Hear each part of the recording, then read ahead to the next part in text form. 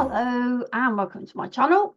It's a slightly different kind of video today because I'm not going to show you exactly how to make this because I already have a video elsewhere on my YouTube in my memory book tutorials, I think it's called. In that playlist, the first one in there is how to put a book like this together. So I'm not going to go through this, but I am going to just show you what I've done, how I've chosen the pieces. This is Jamie's Originals. It's her first ever festive collection. It's called Festive Memories, and it's kind of aimed not at, I mean, you can use it for cards and all of that, but it's more about memory making. So what better than a book? So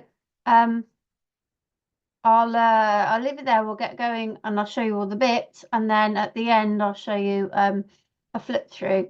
And in my description, I will make sure I say where the information to make it can be found.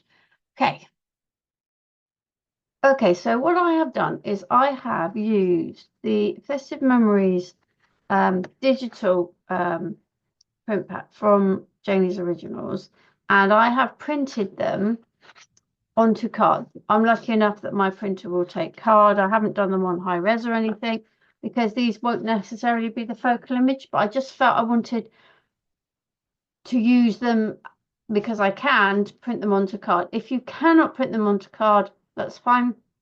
Then just use, as I said, just use the card and then print the papers, and then you can stick them on as you want. Now I'm going to go through what I've got here, but I'm not going to show you how to actually assemble it because there is another video on my YouTube channel already that shows exactly how to assemble a journal like this. The one I have a video of is this shape, but you can make them any shape. The principles are on that video, so you do whatever you want. So I have these two cut for my covers. Now I have printed everything double-sided. Now obviously you don't need sorry, that's the front, that's the back. You don't need to do for the covers double-sided, but I was kind of still in two minds of which I was using where. So I've got two pieces cut down for my covers. These are my boards. They're very thin boards because I'm using Kraft to cover them. These two, again, for these you don't need to be on double-sided, but as I said, I was just already had them printed. So those will be to cover the insides of those.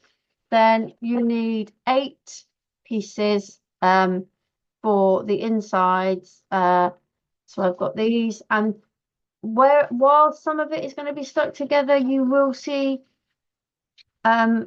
a little bit of the other side. That's why I've done them double-sided. Again, you could just do them one-sided and not. And then this is for my spine.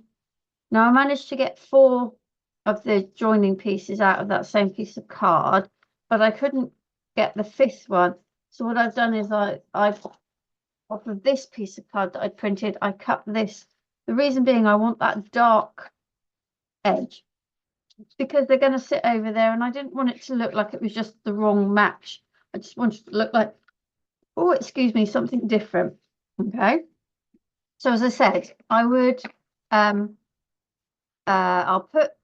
don't know if I can put the link to a thing in my own YouTube. I don't know. I'll see what I can do, but I will direct you in the description for this video to where you can find my video for making a journal like this.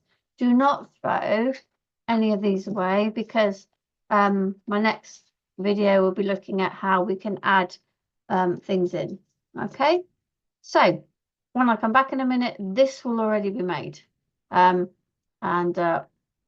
We can have a proper flip through.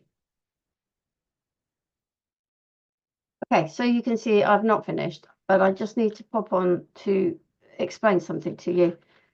When you've got your printed sheets like that, you have to think a little bit more about how you score.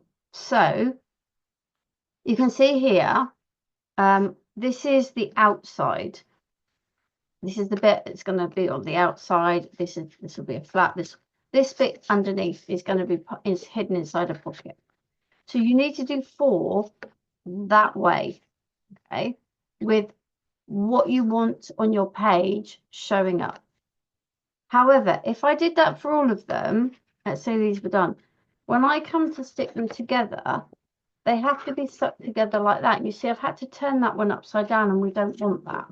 Okay, so what you need to then decide is what's going to be on the inside, what's going to be on the outside. So I want that on the outside, that's inside. I think I'll have that on the outside. Okay. So that on the outside. No. What do I want? This is choices. I think I'm going to have that on the. I'm going to put that one to one side. I definitely want that on the outside, so that's going to face down. And I want that one on the outside, so that's going to face down. That one I'm just going to put to one side for a minute because I can't make my mind up. So whereas I had this is going to be my page. That's the inside of this is the inside of my pocket. Now what I've got up is the inside of my pocket. And that's the outside. So I'm going to score, if I score 1, and then I can show you then how that then will work. So score it. Now my this one is 8 inches wide, so I'm scoring it at 8 inches. Right, so it's going that way. Okay, so now those two will fit together. They're up the right way. I've got, that's my nice little flap. That opens out here. That opens out. Okay, so you need to score half of them with the page up, half of them with the inside of the pocket up, and then they will go together. Okay, so hopefully I will put a message on just prior to this to make sure you watch this before you go and watch the assembling, because this is different to how it should, because the one in the other video is that it's all blank, it doesn't matter which way around it is, but when you're doing with directional stuff, then you just got to think a little bit more. Okay, so yeah, hopefully next time we'll be a bit further on when you see me.